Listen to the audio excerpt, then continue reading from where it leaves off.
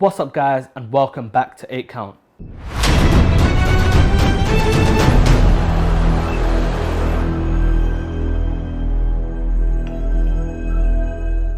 Today we're going to be talking about Tyson Fury versus Anthony Joshua. Okay, so guys, this has come out of nowhere. So all of a sudden, Tyson Fury has come out of the woodworks again and he said he wants to fight Usyk. And it's what's to be expected. Obviously, we know Tyson Fury retired, but we all knew he was going to come out of retirement for that fight. Scrap that fight for a second. He then did a video on Instagram and Twitter saying, it was like a public call out. He said to Joshua, if you want to fight me, let's get it on. November, I've got the stadium, let's do it. And this takes me back to a time where Joshua had all the cards, where he had all the belts and Fury had nothing.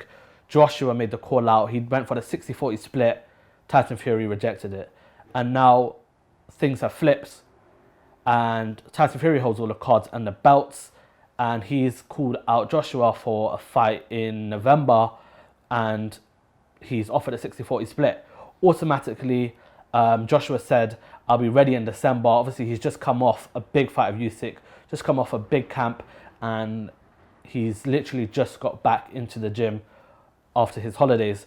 So between now and November, it would be 2 months, which, yeah, it's doable, but ideally he'd probably want that extra time and fight in December.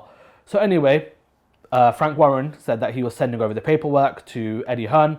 They were going to look at it, 258 management, and see what it comes to. Eddie Hearn went on to an interview with IFL TV with Coogan, and he confirmed that they had agreed to do the fight. But this doesn't mean anything in the grand scheme of things. Like, there's also things to sort out, like who's going to be streaming the fight. Obviously, we know that Joshua recently signed to dazn. We know that Fury has exclusive rights with ESPN and to BT Sports. So it's not something which is out of the ordinary if two people stream the fight, you know. So like I said, there's little nitty gritties that needs to be sorted out, and whether the fight will actually go through is a different story. So Frank Warren came out and said that he has the stadium in Cardiff, the Principality Stadium, for early December as well as late November, but they also have Wembley Stadium in late November. So this is where it gets tricky, right? Everybody wants to see that fight, and obviously it needs to be in a stadium. Most people probably want that in Wembley Stadium, so more people could have the availability to go to it. They could probably charge a lot higher, and it's one of the biggest stadiums in the world. It would definitely sell out, and it would probably break all streaming records. This is the biggest fight in British boxing history. We have, and I know AJ has lost his last 3 fights or a few fights, but it doesn't take away from what he's brought to the sport of boxing. He's changed the face of boxing. He's brought life to heavyweight boxing, and Fury just has that charismatic energy. Everybody loves him, and he's essentially, him and Usyk are the best heavyweights in the division. So it is a fight that will definitely sell, and people still are very interested in it. It's the biggest heavyweight boxing match you can make, I still think. Even though Usyk is the champion and Fury is the champion, and technically that's the best fight, on paper, the biggest fight that people want to see in boxing is probably that. So the conundrum is, does Joshua then compromise on the later fight date and agree to the date that Fury's given? Or does he say, you know what, thank you for the offer, I'm going to move on? Because it is common knowledge that Eddie Hearn wanted Joshua to step back from the once-a-year stadium fights, which realistically is not shaking off the ring rust. And he said that he wanted him to fight 2 12 and under, ranked from 12 and under fighters before he has a big stadium fight next summer. And that was looking to be either Deontay Wilder or Dillian White.